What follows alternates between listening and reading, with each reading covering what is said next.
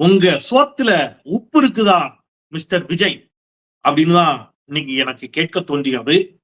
ஆண்டவரே, இந்த ஜோசப் விஜயை மன்னிக்கவே மன்னிக்காதீரும். ஆமா, ஏன்னா இவர் என்ன செய்கிறார் என்பதை தெரிந்தே செய்யக்கூடிய மாபெரும் பாவி.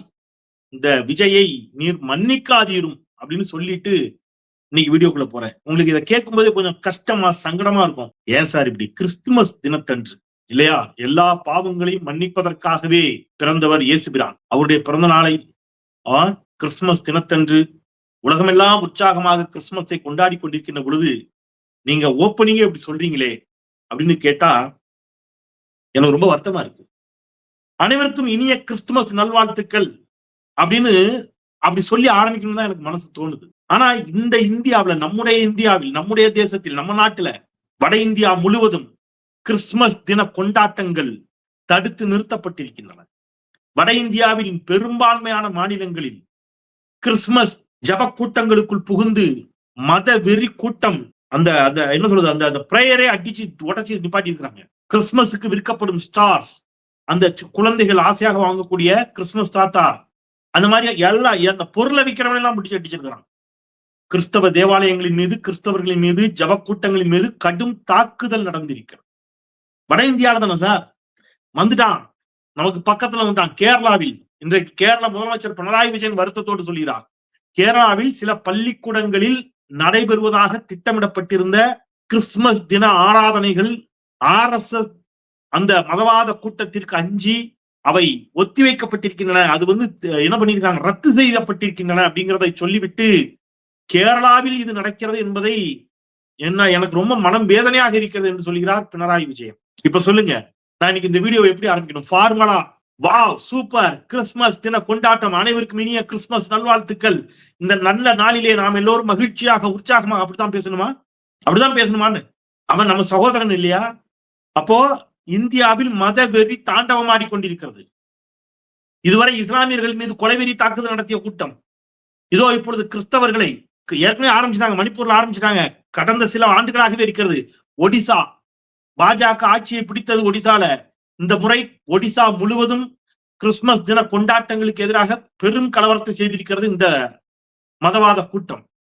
டெல்லியில ஆட்சியை பிடிச்சாங்க, டெல்லியில ஆரம்பிச்சிட்டாங்க இந்த வருஷம். சத்தீஸ்கர், டெல்லி, குஜராத், ஒடிசா, பாஜக எங்கெல்லாம் காலூன்றுகிறதோ ஒன்னும் இல்ல. திருவனந்தபுரம் மாநகராட்சி தேர்தல்ல கொஞ்சம் எந்திரிச்சு வந்தான், சில இடங்களை பிடித்தார்கள். ஆட்சியெல்லாம் பிடிக்கல கேரளால, மாநகராட்சி தேர்தலில் வெற்றி பெற்றார்கள். கேரளால ஆரம்பிச்சிட்டான். தமிழ்நாட்டிற்கு இது வராது என்று என்ன நிச்சயம்? இத பூசி மூலிகை மறைச்சி உங்க ஒவ்வொருத்தருக்குள்ளி, நான் உங்கன்னு சொல்றது தமிழ் கேள்வி சொந்தங்கள் இல்ல, இங்க வேற சிலர் இருக்காங்கல்ல. பாஜகவை கண்டா நவ துவாரத்தையும் பொத்திக்கிட்டு, பாஜகவை RSS மோடிய பேசவே மாட்டோம். விட்டிஞ்சு எந்திரிச்சு தூங்கி எந்திரிச்சா காலையில பல்லு விளக்குறோமோ இல்லையோ திமுகவை 4 திட்டு திட்டணும், அதுதான் மோடி அவங்களுக்கு கொடுத்துக்கிற அசைன்மெண்ட். இதுக்கு ஒரு கட்சி மானங்கட்ட கூட்டம் ஒண்ணு இருக்குல்ல. கிறிஸ்தவ இஸ்லாமிய வாக்குகளை எப்படியாவது சிதறடிச்சு பிரிச்சு தமிழ்நாட்டுக்குள்ள பாஜக கொண்டு வந்து சேர்த்தரணும். இவர்கள் யூதாசை விட மோசமானவர்கள். இயேசு கிறிஸ்துவை காட்டி கொடுத்த யூதாசை விட இவர்கள் ஆபத்தானவர்கள். இவர்கள் இனத்தை காட்டி கொடுக்கக்கூடிய துரோகிகள். யாரு? இந்த தாவேகா கூட்டம், இந்த நாம் தமிழர் கூட்டம். அவ்வளவு ஆபத்தானவர்கள் இவர்கள். இதுல இந்த நாளை நான் எப்படி தொடங்குறதுன்னு எனக்கு தெரியல. ரொம்ப வேதனையோட சொல்றேன். இந்த நிமிடம் வரைக்கும் விஜயிடமிருந்து இதற்கு ஒரு கண்டிப்பு வந்திருக்குமாங்க? இதே விஜயை ஜோசப் விஜய் என்று ராஜா அடையாளப்படுத்திய போது, அவர் ஜோசப் விஜயா இருந்தா உனக்கு என்னடா பிரச்சனை? அவருடைய அரசியல் மீது உனக்கு விமர்சனம் இருந்தா அரசியலா விமர்சி. ஏன் ஜோசப் விஜய்னா அந்த நாட்டுல அரசியலுக்கு வரக்கூடாதா? ஜோசப் விஜய்னா உனக்கு பிரச்சனையான்னு கேட்டவன் இதே செந்தில்வேல் கேட்டிருக்கிறேன், வீடியோ பதிவிட்டு இருக்கிறேன். அன்றைக்கு உங்களை ஜோசப் விஜய் என்று மதத்தின் பெயரால் உங்கள் மீது ஒரு தாக்குதலை நடத்த முற்பட்ட பொழுது நாங்கெல்லாம் உங்க பக்கம் நின்றுக்கிறோம். ஆனா இன்றைக்கு நீங்க எவன் எக்கேடு கெட்டு போனாலும் பரவாயில்லன்னு எதை பத்தியும் கவலைப்படாம, இந்த நாட்டில் நடக்கக்கூடிய மதவாத வன்முறை வெறியாட்டத்தை பற்றி கவலைப்படாமல், பாஜகவை எதிர்த்து கேட்பதற்கு துப்பின்றி திராணியின்றி முட்டி செத்து போய் தொடநடுங்கித்தனமா கோலையா பயந்தாங்கோலியா பனையூருக்குள்ள போரைய போச்சுன்னு படுத்து கிடைக்கல. உங்களுக்கு வெக்கமா இல்லையா? நான் கேட்கிறேன். இதை கண்டிக்க வேண்டாமா? நீங்க யாருக்கும் வாக்குவீங்க, அது வேற, உங்களுடைய விருப்பம். அதை விட்டுருங்க. நான் பிராக்டிக்கலா பேசுறேன். நான் திருப்பி இதோட சீரியஸ்னஸ் பேசிட்டு இருக்கேன். யார் யாருக்கு புரியுதுன்னு தெரியல. புரிந்தவர்கள் புரிந்து கொள்ளுங்கள். தமிழ்நாடாவது தப்பி பிழைச்சுக்கிட்டு இருக்குது இந்த நிமிடம் வரைக்கும். தமிழ்நாடு தப்பித்து பிழைத்து இன்றைக்கு தமிழ்நாட்டில சிறுபான்மை மக்கள் பாதுகாப்பாக உணர்கிறார்கள், வாழுகிறார்கள் என்றால் ஒரே ரீசன் தமிழ்நாடு பெரியார்மன், தமிழ்நாட்டில் திராவிட இயக்கமன், தமிழ்நாட்டில திராவிட மாடல் ஆட்சி நடைபெற்றுக் கொண்டிருக்கிறது. இதுதான் உண்மை. நீங்க விரும்பினாலும் விரும்பாட்டாலும், நீங்க நம்பினாலும் நம்பாட்டாலும் இதான் நெசம். அப்ப அதை கெடுக்கிறதுக்கு, பெரியார முதல்ல அடிச்சு உடைக்கிறதுக்கு பெரியார் தானே இவர்களுக்கு பாதுகாப்பாக நிற்கிறார். பெரியாரோட சீமான இறக்கி விட்டாச்சு. ஏற்கனவே ஒரு ரவுண்ட் ஆடி தீர்த்து போய் உட்கார்ந்தாரு ஈரோடு கிளை கிடைத்தவர்கள் ஓட்டி. இப்ப திருப்பி ஆரம்பிச்சிருக்கிறார் பெரியாருக்கு எதிராக.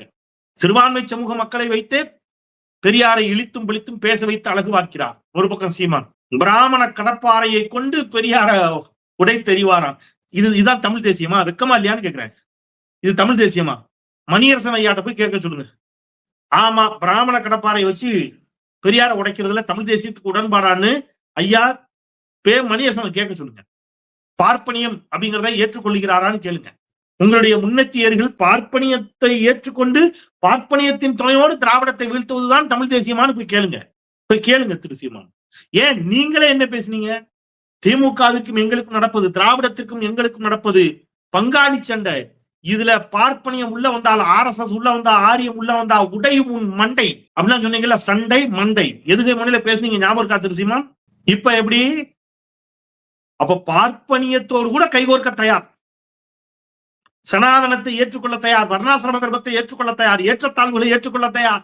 எப்படியாவது பெரியார திட்டம், ஏன் திட்டம்னே தெரியாம திட்ட ஆரம்பிச்சிட்டாங்க. ரசிக்கிறார் அதையும் சீமான். இப்ப சண்டை யாருக்கு தெரியுமா? சீமானுக்கு விஜய்க்கும் சண்டை. இந்த ஒரு படத்துல விவேக் இந்த ஒரு பொண்ணை ஹீரோயினை காப்பாத்துறதுக்கு பைக்ல போவாரு. விவேக்கை விட வேகமா தனுஷ் போவாரு. இவன் என்னைய விட ஸ்பீடா போறானே அப்படிம்பாங்க தெரியுமா? அந்த மாதிரி இப்ப 2 பேருக்கு சண்டை. விஜய்க்கும் சீமானுக்கும் சண்டை. எஜமான விசுவாசத்தை அதிகமாக யார் வெளிப்படுத்துகிறார்கள்? பார்ப்பனியத்திற்கு, RSSற்கு, ஆரியத்திற்கு, மோடிக்கு, அமித்ஷாவுக்கு. விஜய் சொல்றாரு, நான் தான் உங்களுக்கு தீவிர விசுவாசி, இந்த பாருங்க திமுகவை என்ன கேள்வி கேட்கிறேன் பாருங்க அப்படின்னு அவரு. உடனே இவர் என்னடா நம்மளோட ஸ்பீடா போறான், நம்மளோட நிறைய சம்பாதிச்சிருவானோ அப்படின்னு சீமானுக்கு பயம். உடனே அவரு தான் வரேன், நான் வண்டி எடுத்துட்டு அப்படின்னு அவரு. இருங்க இப்ப நான் போய் என்ன விட்ட போடுறேன் பாருங்க அவரு. 2 பேருக்கும் எஜமான விசுவாசம் தாங்க முடியல. ஏன்னா கொஞ்ச நாள் மீடியா விஜய போக்கஸ் பண்ணிடுச்சுல. சீமானுக்கு தூக்கம் வரல. என்னடா இது, என்ன பண்ணலாம்? நம்ம 4 திட்டுனா தான் திருப்பி நம்மள திரும்பி பார்ப்பானுங்க. வா திட்டு, என்ன குழப்பு. பெண்கள் ஏன் ஆண்களை போல் மாற வேண்டும்? ஏன் பேண்ட் சட்டை போட்டுக்கணும்? ஏன் கிராப் வெட்டி கொள்ள வேண்டும் என்று ஒரு தங்கை பேசுகிறார். அதை கைதட்டி ரசித்து பார்க்கிறார் சீமான். பெரியாரை இழுத்தும் பழித்தும் சில சொல்லாடல்களை பயன்படுத்தி விட்டு, பெண்கள் ஏன் கிராப் வெட்டி கொள்ள வேண்டும், முடிய ஷார்ட்டா வெட்டிக்கணும், ஏன் பேண்ட் சட்டை போடணும்? போய் புலிகள் அமைப்புல சொல்லுங்க. எனக்கு அவங்கதான் கண்ணு முன்னாடி வந்தாங்க. முழுக்கால் சட்டையும் போட்டாங்க, முழுக்கால் பேண்ட் போட்டுருந்தாங்கல்ல, பேண்ட் சட்டை கிராப் வெட்டி போராளிகளாக களத்தில் நின்றார்கள் அல்லவா? இப்ப அவங்களெல்லாம் நீங்க கொச்சப்படுத்துறீங்க. சீமான் எங்க வந்துட்டாரு பாருங்க. பார்ப்பனியத்தோடு கைகோர்த்ததனுடைய விளைவு ஆட்ட கடிச்சு மாட்ட கடிச்சு இப்ப புலிகள் அமைப்பையே கேலிக்குள்ளாக்கக்கூடிய இடத்துக்கு வந்துட்டாரு. இது புலிகள் அமைப்பை கேலிக்குள்ளாக்குறது தானே இது. என்ன பின்ன வேற என்ன? பொம்பளை எதுக்கு ஆம்பளை வேஷம் போடணும்னு பேசும்போது கைத்தட்டி ரசிப்பீர்களே என்று சொன்னால் போராளிகளை கொச்சைப்படுத்தீர்கள் அர்த்தம். அப்ப அவங்க எல்லாம் பொம்பளைங்கெல்லாம் ஆம்பளை வேஷம் போட்டாங்கன்னு சொல்ல வரீங்களா? என்ன வாதம் இது? என்ன மாதிரியான வாதம் இது? பெரியாரின் பேரெல்லாம் போய் அடிச்சுட்டா உங்களுக்கு யார் போட்ட பிஸ்கட்டுக்கு இந்த வேலையை பண்ணிக்கிட்டு இருக்கிறீங்க நீங்க எல்லாரும்? ரொம்ப பெரியாரினுடைய 50வது நினைவு தினத்திற்கு நினைவேந்தல் கூட்டம் நடத்துகிற வரைக்கும் பெரியார் உங்களுக்கு நல்லவரா தெரிகிறாரு. இப்ப எப்படி திடீர்னு மாறிச்சு? அப்புறம் இவர் விஜய் அவர் அடேங்கப்பா திருப்பரங்குன்றத்துக்கு வாய் திறக்க மாட்டாருன்னு நிறைய பேசிட்டோம். விட்டுருங்க. கிறிஸ்துமஸுக்கு இவ்வளவு தாக்குதல் நடக்குதுல்ல, நீ ஏன் ஒரு வார்த்தை கண்டிக்க மறுக்கிற? ஒரு வார்த்தை. வள்ளுவர் கோட்டத்துல பராசக்தி திரைப்படத்தினுடைய அந்த இது வைக்கிறாங்க, பழைய காட்சிகள்லாம், அதை சொல்லி பேச தெரியுது. இப்ப அவருக்கு பயமே என்ன தெரியுமா? சிவகார்த்திகேயன் நம்ம வேற சினிமாவில் நடிக்க மாட்டோம்ட்டோம், நம்மளை விட பெரிய நடிகரா இப்ப சிவகார்த்திகேயன் வந்துருவாரோ? சிவகார்த்திகேயனுக்கு நிறைய ஃபேன்ஸ் வர்றாங்க. என்னடா இது, என்ன பண்றது? எலெக்ஷன்ல எப்படி ஜெயிக்க போறது இல்ல, திருப்பி சினிமாவுக்கு போனாலும் காரி துப்பானுங்க, கழி ஊத்துவானுங்க. இதுல வள்ளுவர் கோட்டத்துல பராசக்தி திரைப்படத்துக்கு வேற கண்காட்சி எல்லாம் நடத்துறாங்க. வள்ளுவர் கோட்டத்திற்கு செலவிடும் தொகையை அப்படிங்கிறாரு. நான் ஏதாவது சொல்லிடுவேன். வள்ளுவர் கோட்டம்னாலே உங்களுக்கு ஏன் வயிறு எரியுது? வள்ளுவர் கோட்டம் என்றாலே உங்களுக்கு ஏன் வயிறு எரியுதுன்னு கேட்டேன். வள்ளுவர் கோட்டத்தில் அறிவு திருவிழா நடத்தினா உங்களுக்கு வயிறு எரியுது. நான் என்ன சொல்றேன், பிறப்புக்கும் எல்லா உயிருக்குங்கிறத தூக்கிடுங்க. தூக்கிட்டு சதுர்வர்ணம் மயா சிஸ்டம் போட்டுக்க. உன்னை எவன் கேட்க போறான்? RSS ஏஜென்ட் தானே, ஓப்பனா சொல்லிட்டு போ. சதுர்வர்ணம் மயா சிருஷ்டம், 4 வகை வர்ணங்களை படைத்தவன் நானேன்னு சொன்னத கீதையினுடைய கோட்டை வச்சிரு. எதுக்கு திருக்குறளையும் வச்சுக்கிட்டு அப்ப எதுக்கு மக்களை ஏமாத்தி ஓட்ட பிரிக்கிற வேலை? நான் இங்க இருக்கக்கூடிய என் தொப்புள் கொடி உறவுகள், என் ரத்த சொந்தங்கள், அவன் நான் சீமான் மாதிரி தான் பேச போறது இல்ல. சீமான் தானே சொன்னாரு, என்ன சொன்னாரு, ஐரோப்பாவில் இருந்து வந்தவர்கள், அரேபியாவில் இருந்து வந்தவர்கள் சொன்னார்ல. அவன் இங்க உள்ளவன், நம்முடைய அங்காளி பங்காளி, நம்ம மாமா மச்சான். நான் என்ன சொல்றேன், அவன் சமயத்தால வேற ஒரு சாமியை கும்பிடுறான்.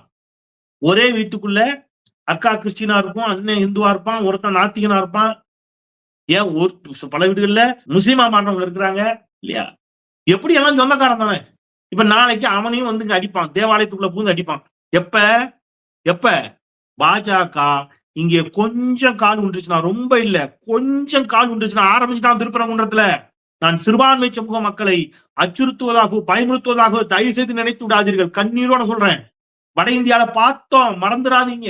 உயிரோடு எரித்து கொன்றார்கள் பாதிரியார், அவர் குழந்தைய. ஞாபகம் இருக்கா? ஸ்டேன் சாமியாரை காலில் சங்கிலி போட்டியே சாகடித்தார்கள். மறந்து போச்சா? இப்ப கிறிஸ்தவ தேவாலயங்களுக்குள் புகுந்து அடிக்கிறார்கள். ஆனா நம்ம இந்த எந்த புரிதலும் இல்லாம நாம சீமான் பின்னாடி போட்டா, விஜய் பின்னாடி போட்டான்னு ஒரு கூட்டம் போயிட்டு இருக்கு. சொல்லுங்க, ரொம்ப வேதனையா. சிறுபான்மை சமூக சகோதரர்களே, தோழர்களே, என் அன்பிற்குரிய சொந்தங்களே, நீங்க ஒரே ஒரு ஓட்டம் மாத்தி போட்டாலும் திமுக அணிக்கு நீங்கள் செலுத்தாத ஒவ்வொரு ஓட்டும், நான் நாம் தமிழருக்கு தான் போட்டேன் அல்லது நான் விஜய்க்கு தான் போட்டேன் நீங்க நினைக்கலாம். ஆனால் அது மறைமுகமாக பாஜகவிற்கு நீங்கள் செலுத்திய வாக்கு. தட் மீன்ஸ் பாஜக வெற்றிக்கு அது வழிவகை செய்யும். வாக்குகள் பிரியும். வாக்குகளை பிரித்து, இந்த பிரித்தாளும் சூழ்ச்சியை வைத்து வட இந்தியாவில் பல மாநிலங்களை இவர்கள் கையில் எடுத்தார்கள். தமிழ்நாட்டிலும் அது போன்ற ஒரு முயற்சியை தொடங்கிவிட்டார்கள். ஒரு பக்கம் SIRனு கொண்டு வந்து கிட்டத்தட்ட 1 கோடி வாக்காளர்களை தூக்கிட்டான். அதுல பெருவாரியானவர்கள் திமுக அணிக்கு வாக்களிக்கக்கூடிய வாக்காளர்கள். எப்படி சார் சொல்றீங்க? பெண்கள், சிறுபான்மை சமூகத்தினர் எல்லாம் அதுல அதிகமா இருக்கிறாங்க. பரவலாம், தொகுதி வாரியா வேறுபடலாம். அப்ப எப்படியாவது தமிழ்நாட்டுக்குள்ள பாஜக கால் ஊன்ற வேண்டும் என்று ஒவ்வொருத்தரையும் களமிறக்கி இருக்கிறது. இத பெரியாரிய பார்வையில் சிந்தித்து பழகணும் நாம இவ்வளவு நாள். அதுதான் அவனுக்கு ஆபத்தா இருக்குன்னு பெரியார அடிச்சு உடைக்கிறதுக்கு சீமான களமிறக்கி இருக்கிறாங்க. நாம தெளிவா இல்லாம ஆர்வ கோளாறுல அல்லது உணர்ச்சி வயப்பட்டு அல்லது கோபத்துல சிந்திக்க மறுத்து, சிந்திக்க மறந்து நம்ம கொண்டு போய் ஓட்ட விஜய்க்கோ யாருக்கோ போட்டோம்னா பிம்பிலிக்கு பிலாப்பி தான். அப்புறம் ஒண்ணும் பண்ண முடியாது, யாராலும் காப்பாற்ற முடியாது அப்படிங்கிறத மட்டும் சொல்லிட்டு, எனவே ஆண்டவரே, இந்த விஜய் அவரை மன்னியாதீரும். ஆமா, ஏன்னா அவர் செய்யக்கூடிய பாவம் என்னவென்று அறிந்தே செய்கிறார். அறிந்தே அந்த பாவத்தை செய்கிறார். அந்த பாவத்திற்கு நீங்க வந்து ஏதோ ஒரு இடத்துல அவருடைய பாவத்தால் தமிழ்நாட்டில பாஜக காலூன்றுமே என்று சொன்னால், அதனால் பாதிக்கப்பட போவது விஜயை விட மிக அதிகமாக யார்தான்? அப்பாவி சிறுபான்மை சமூக மக்கள்.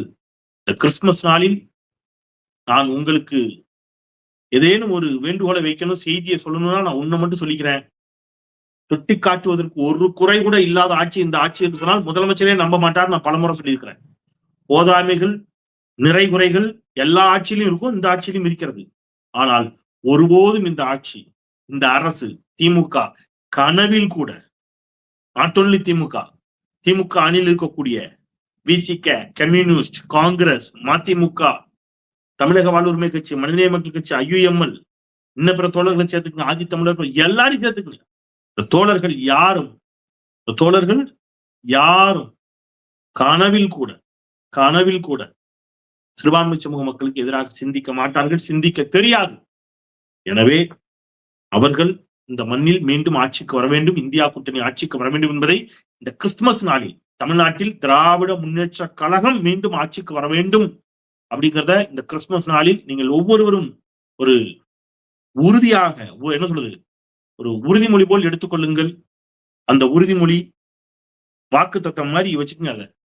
அந்த உறுதிமொழி தான் நம்மை, தமிழ்நாட்டை, பெரும்பான்மை மக்களை, சிறுபான்மை மக்களை, ஆண்களை, பெண்களை, ஒவ்வொரு செக்டாரையும் காப்பாற்றும் என்பதை சொல்லி, அனைவருக்கும் இனிய கிறிஸ்துமஸ் தின நல்வாழ்த்துக்கள் என்று சொல்லி, முன்பாகவே புத்தாண்டு நல்வாழ்த்துக்களையும் சொல்லி, தமிழ் கேள்வி உங்களுக்காக தொடர்ந்து இயங்கிக் கொண்டிருக்கக்கூடிய ஒரு டிஜிட்டல் மீடியா. உங்களுடைய ஆதரவு என்றைக்கும் எங்களுக்கு தேவை. தமிழ் கேள்வியை எல்லா தளங்களிலும், யூடியூப், ஃபேஸ்புக், ட்விட்டர், இன்ஸ்டாகிராம் என்று எல்லா தளங்களிலும் அதை பின்தொடருங்கள். உங்கள் ஆதரவை தாருங்கள், சப்ஸ்கிரைப் செய்து பாருங்கள். நான் எழுதிய திராவிடம் 2.0 நூல் தேவைப்படுபவர்கள் திரையில் தெரியும் எண்களுக்கு தொடர்பு கொண்டு அந்த நூலை பெற்றுக் கொள்ளுங்கள். உங்கள் கருத்துக்களை பின்னூட்டமிடுங்கள் என்று சொல்லி நிறைய தொடர்கள் கேட்டிருந்தீங்க. நாங்க பின்னூட்டமிடுகிறோம், நீங்க அதற்கு பதில் போடுங்க அப்படின்னு சொல்லி கடுமையான பணிச்சுமையின் காரணமாக உங்களில் பல பேருக்கு என்னால் பதில் சொல்ல இயலவில்லை. ஆனால் உங்கள் அத்தனை பேருடைய பின்னூட்டத்தையும் நேரம் கிடைக்கின்ற பொழுதெல்லாம் நான் வாசித்து விடுகிறேன். எனவே உங்கள் கருத்துக்களுக்கும் பின்னூட்டங்களுக்கும் என்னுடைய நன்றி. மற்றும் ஒரு நிகழ்ச்சியில் சந்திக்கலாம். குரலற்றவர்களின் குரலாய் நான் செந்தில். நன்றி.